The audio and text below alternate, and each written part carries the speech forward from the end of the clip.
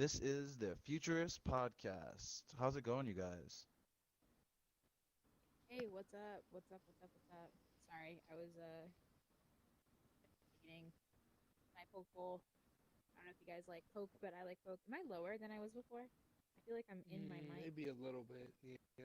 Yeah, I don't know. I think It's you're all weird, but good. If you hey, click on the left analog stick, I think that'll readjust you. But anywho, lots going oh on yeah. this week in Mm. tech, guys. But before we go into what's been going on this week in tech, I just have to have a little rant because today Altspace decided to update their app, and I don't like it.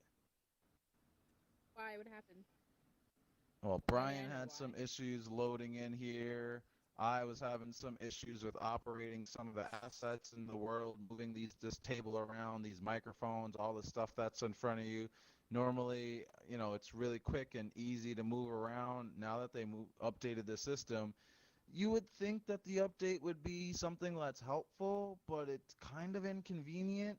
One of the things that the biggest issues I have with it is like before I could just click on an item, like the chair. If I just click on the chair, I can move the chair and put it wherever I want in Altspace. But now they've updated it where it's like there's a box that's around the chair, so you don't click on the chair, you click on the box in order to move the chair, but it's not like you can see the box, so you have to like move your mouse around the chair trying to find where, like when you're on the computer and you're trying to like get the mouse to go from something that is just a regular mouse to something you can click on the little hand. Yeah, that's basically what I was trying to do with the controllers, and it took way too long for all these items. But anyways, end of rant. Let's move on to the news. Brian, I know you were talking before we started the stream about Until Dawn, which just dropped on the Quest. Go ahead and tell us more about that game, man. Yeah, I was, it's more specifically called Until You Fall, which has been in early access on Rift for the past while now. I think like year. I've had it for quite a bit. I got it for like $15. Yeah, and then I was going into a bit of a tangent on the two different stores because it's $25 on the Quest and $20 on the Rift, and the game is cross-buy. So I don't know if you want it for $5 cheaper, just go and buy it on the Rift store and then download it on the Quest.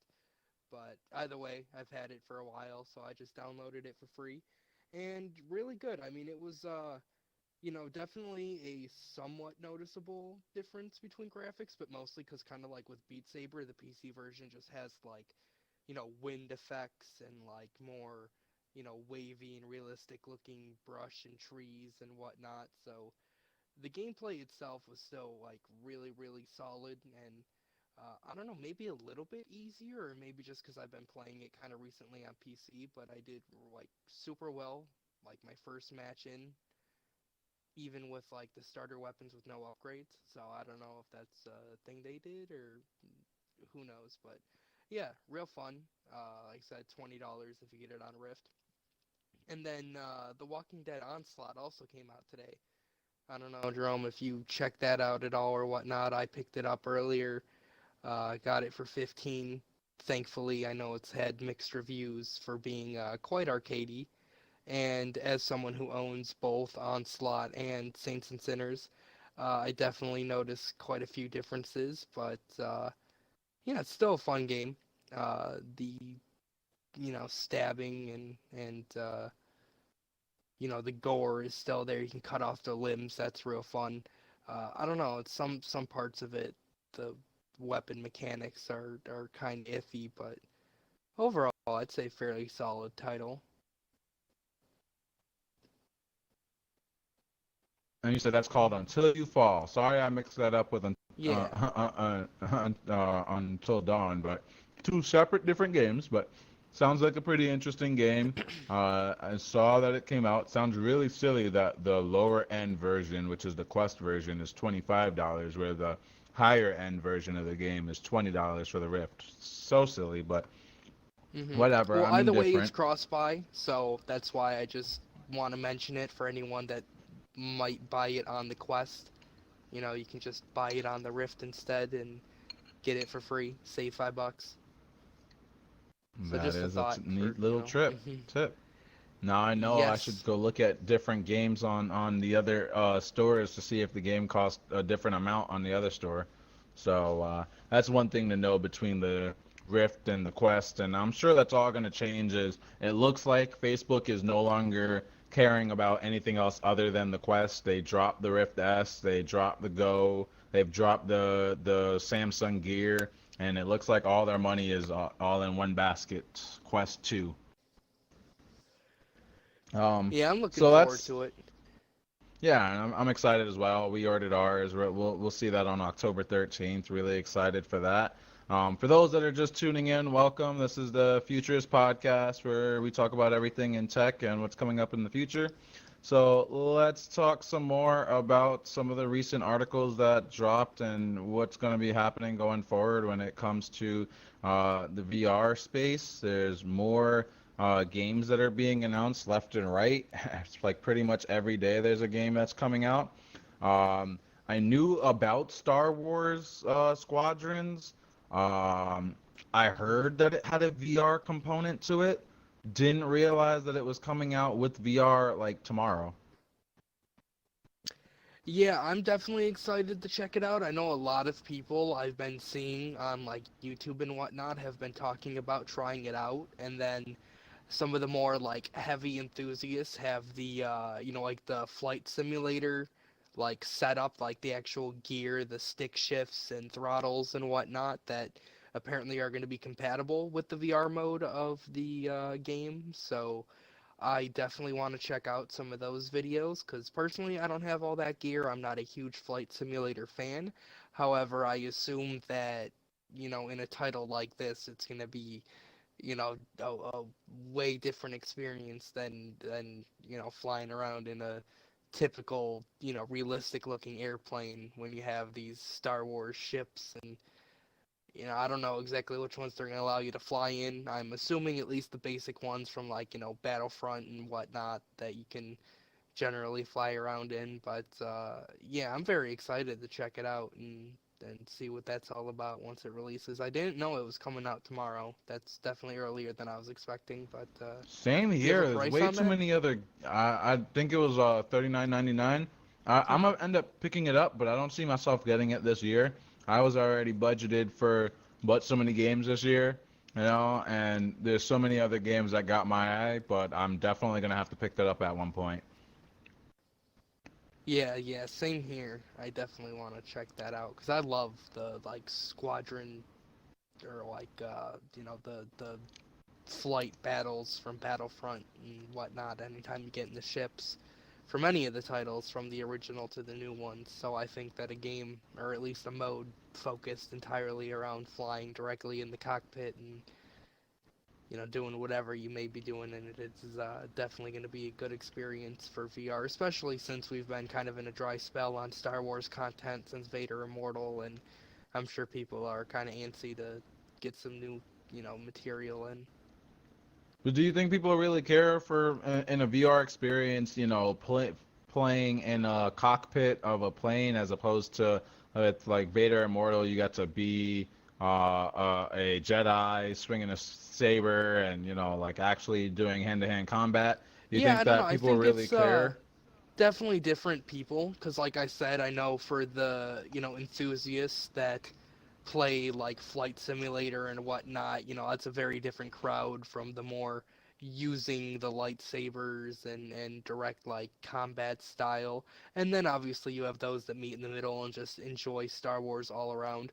So I definitely think that it's going to draw in quite a big, crowd just from the fact, those that maybe like me like the squadron fighter battles from Battlefront, or maybe those that just play flight simulator, because I know there's the people that have gotten like the flight equipment and a headset for some like VR compatible flight games and whatnot that are available now just for the ability to get into a cockpit of a regular airplane or whatever type of craft and drive it around, fly it around, do whatever. So I think adding in some of these massive and very popular ships from such a well-known franchise is gonna draw in quite a Grab a lot of people one people's way or the attention. other. Yep, Yeah. I definitely think so. If you already have Microsoft's Flight Simulator, a VR headset, might want to pick up Star Wars Squadrons. That looks like a pretty interesting game. I'll definitely be playing it next year.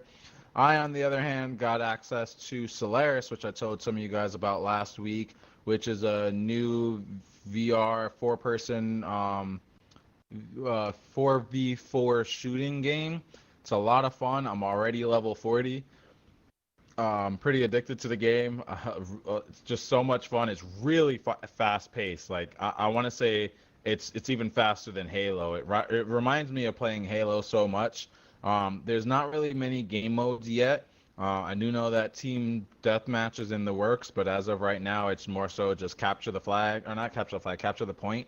So you just got to get on base and stay on that point, and the point moves around the map. So you just got to get to it as fast as you can, stay on it as long as you can, and defend it by killing the opponents who are trying to get on the point.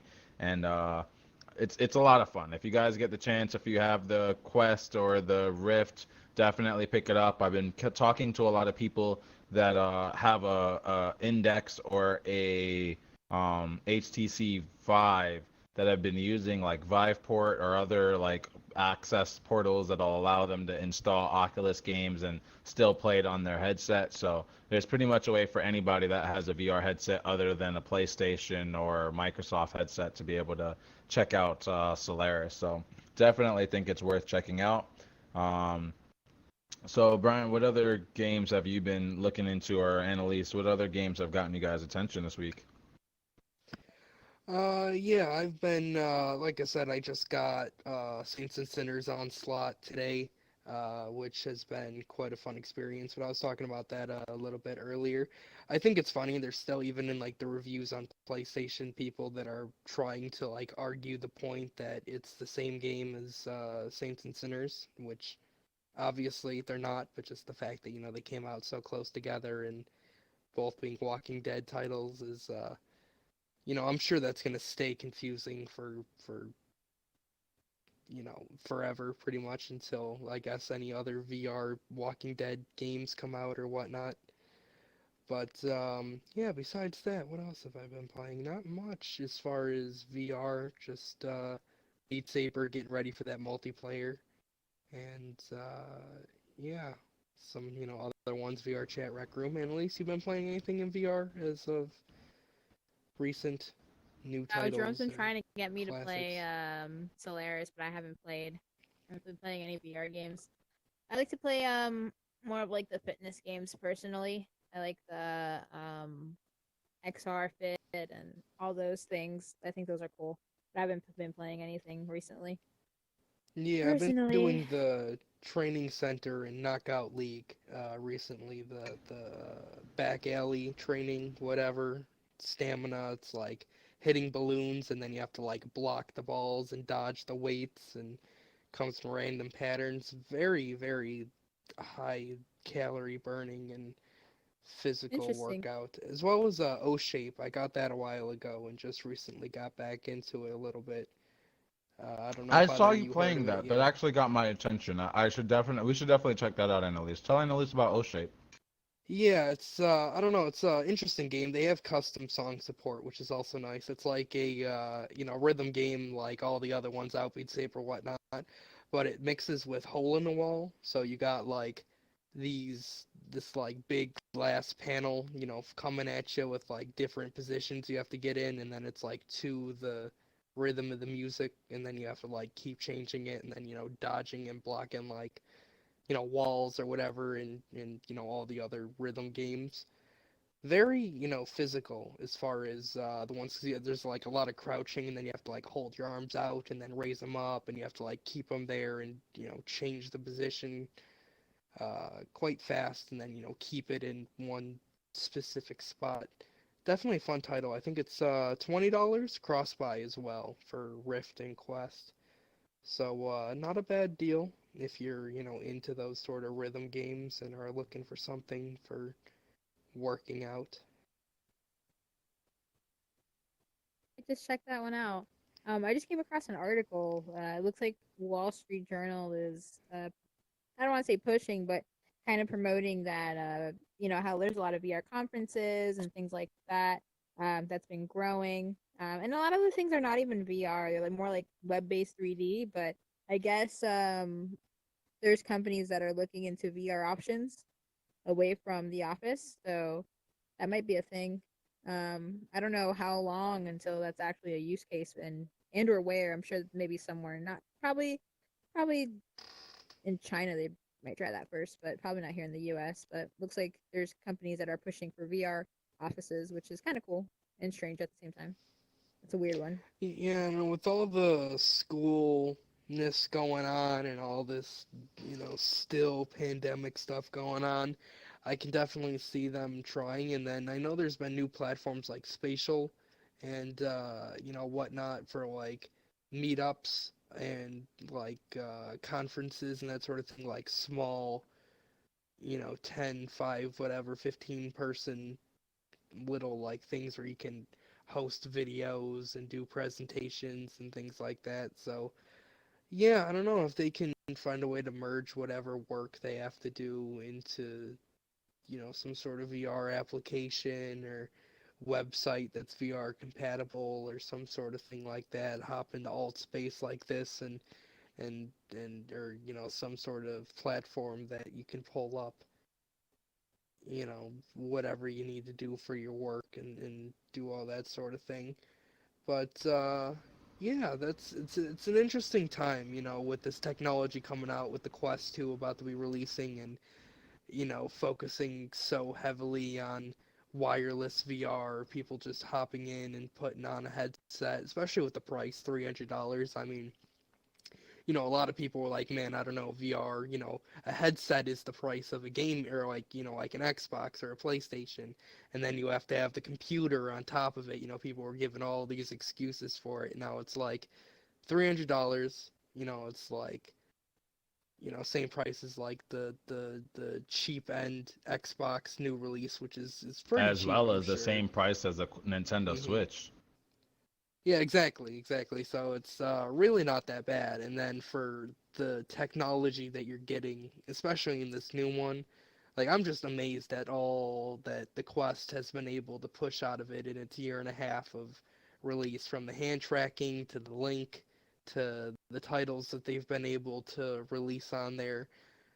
Like even Until You Fall and like some of these newer ones. I know Saints and Sinners is coming out on the 13th. That's going to be a launch title with the Quest 2, and it's coming out on the original Quest as well.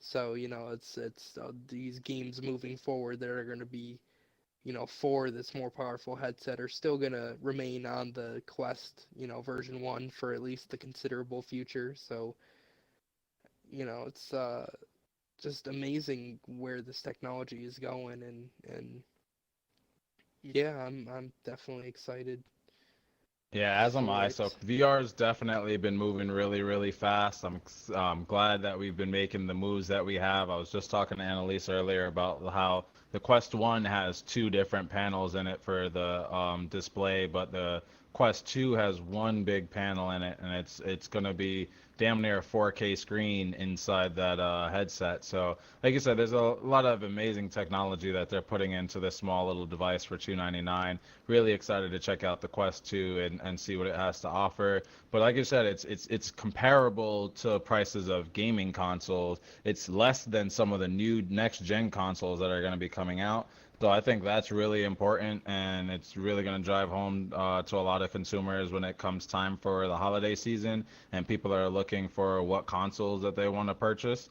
Um, in terms of consoles and the console war, we're seeing more information now from PlayStation in regards to the backwards compatibility, as well as Xbox is now opening up Xbox Game Pass to EA Play. So if you have EA Play, which is kind of like EA's bundle of games, so you can get access to some of their games for a subscription.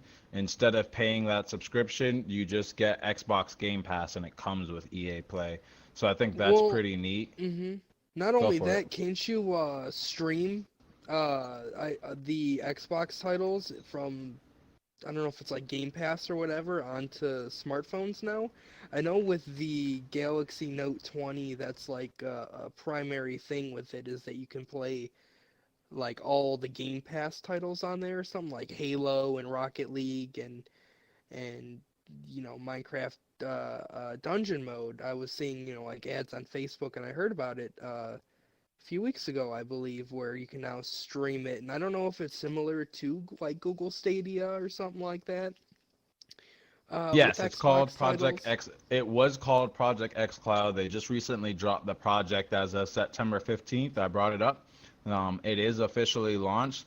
It comes with Game Pass Ultimate, so you have to specifically get the Ultimate pack in order to be able to stream your games to your phone.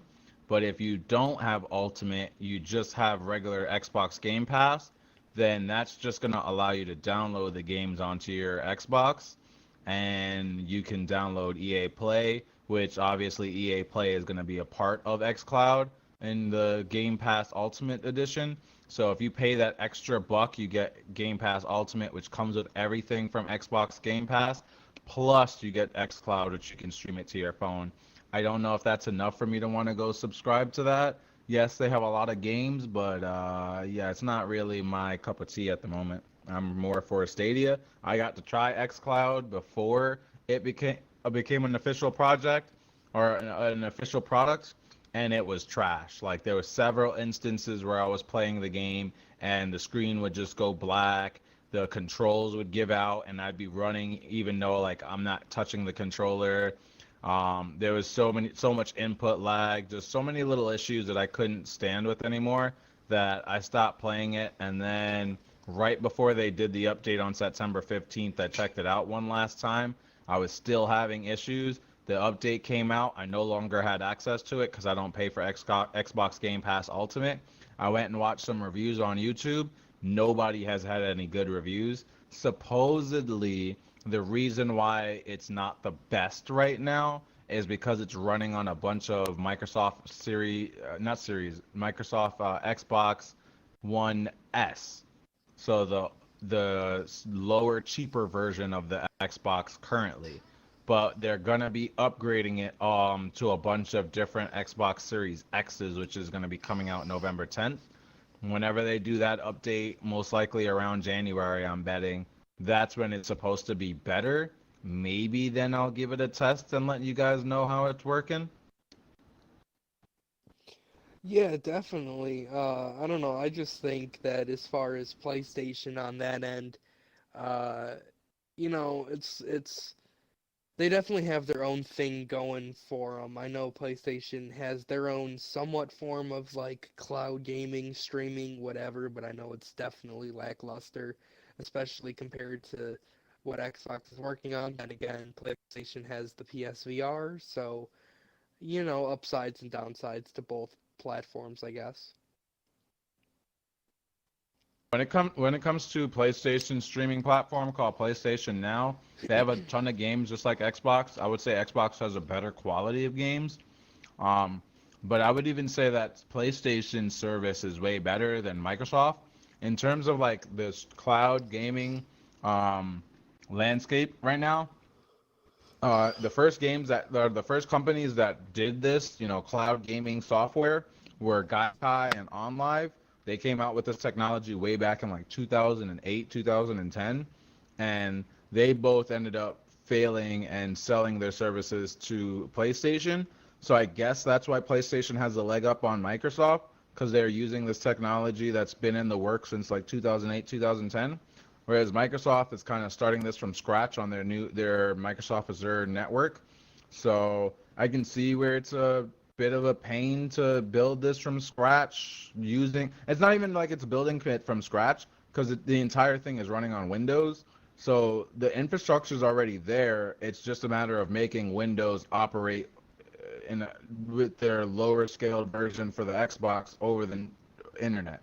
Whereas like Google started from scratch and built their entire Stadia on Linux, and it just works flawlessly. There's not as much issues as there is with both the PlayStation and the Xbox.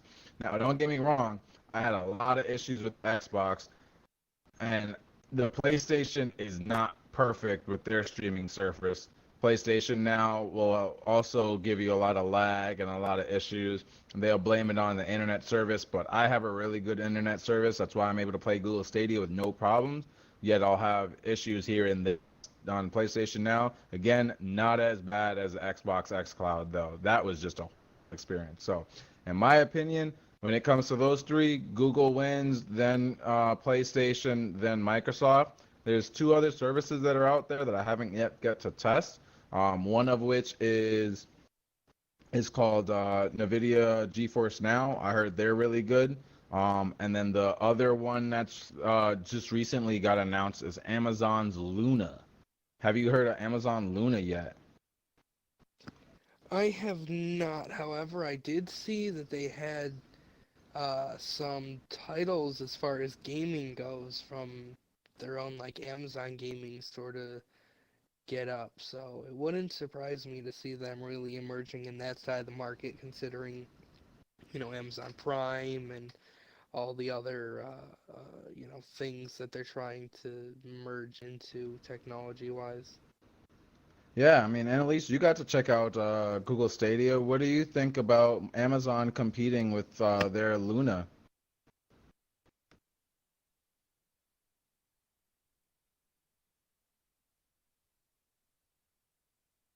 Okay, there we go. Sorry, wrong hand. I don't know. I don't really know much about Luna.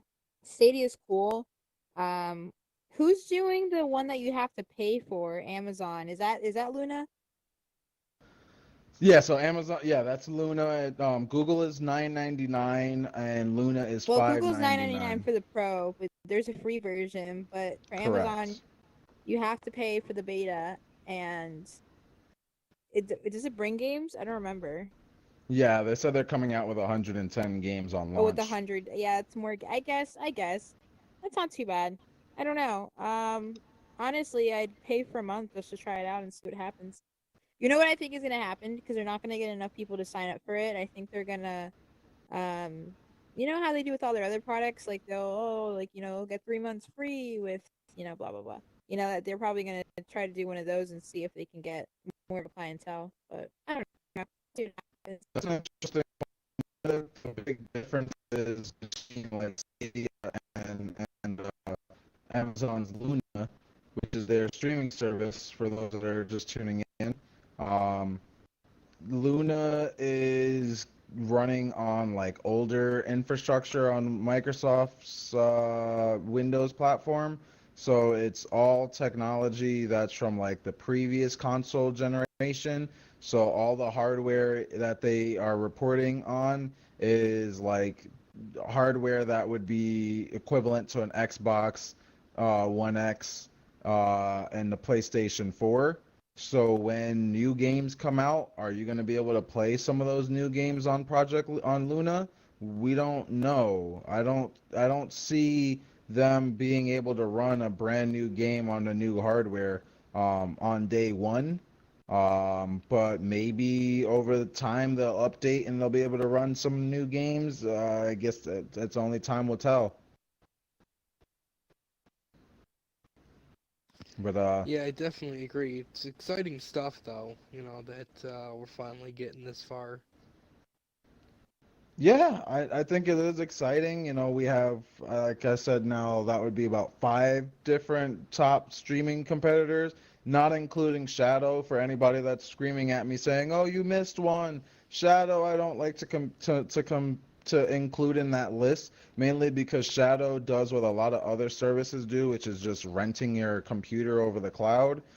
It's not, yes, they're more specific to gamers. They're allowing you to rent a gaming PC over the cloud, but that's just a virtual machine to me. It's not equivalent to like, having a game operating system in the cloud.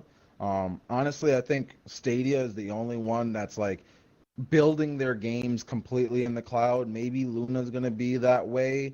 But like PlayStation Now is a bunch of PlayStations that are operated over the cloud. Xbox X Cloud is a bunch of Xbox operated over the cloud.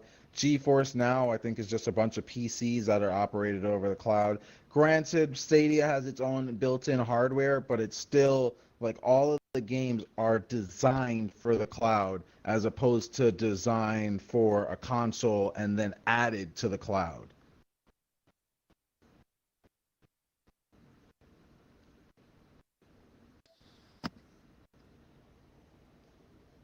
Thought somebody was going to say something, but all right. So yeah, that's all the news and that I could think of in terms of, VR, console, streaming.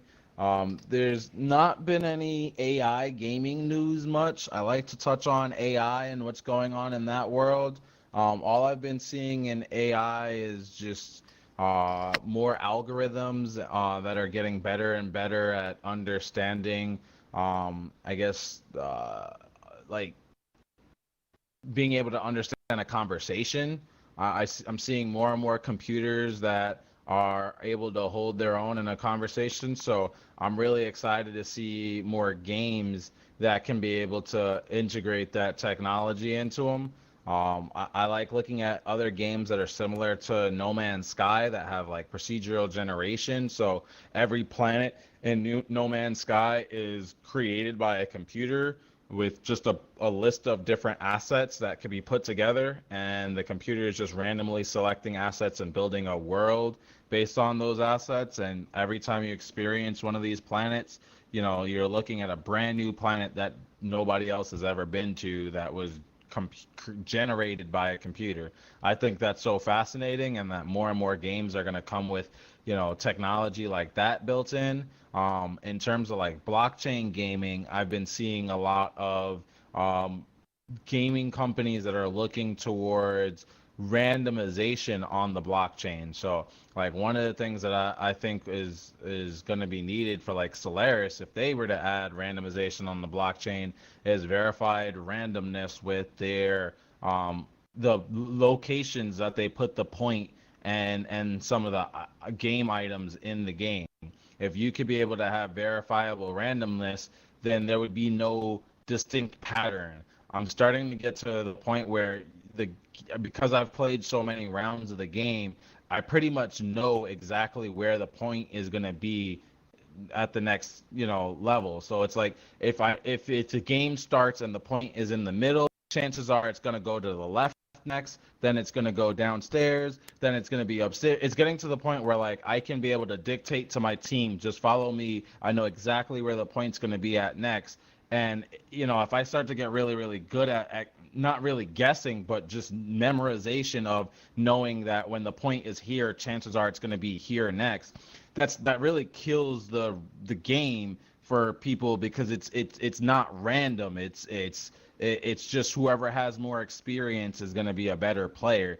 Whereas if we had verifiable randomness, that's something that's on the blockchain that a code can be able to verify that it's not going to show up in the same spots every single time, every single game. Every other game isn't going to be the exact same. So I think that that's something that we're going to need to see in more games, where I can verify that this isn't the same pattern over and over. It's random. What do you guys think about AI in gaming and verifiable randomness and blockchain gaming, and where we're going with this technology?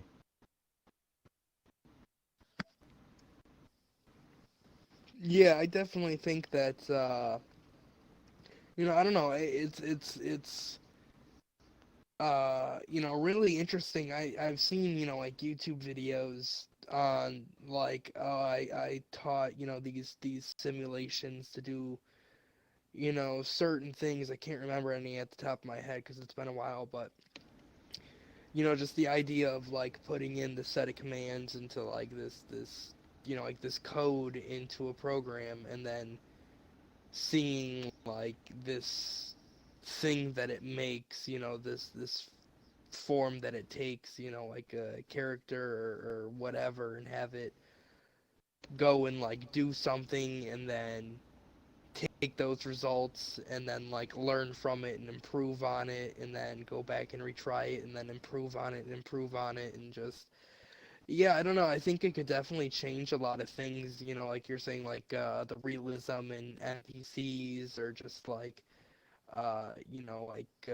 training, in games where it's maybe targets that learn, your shooting patterns, or like as you play it, it understands and it makes like, bots or AI enemies to fight against that'll, match to your skills or certain things. It's very interesting. Who knows to say where it's going to go, and then after that point, people talk about AI, like, some people are excited for it, some people are worried about it. So who knows where they end up using it for at that point, depending on, how developed it is, and, what kind of uses they may think of for it. It's a fascinating world, guys. I'm really excited to see what comes next. Brian, do you have any blockchain gaming news that we should touch on before we go? Yeah, we got a couple things. We got another partnership from Atari with Ultra.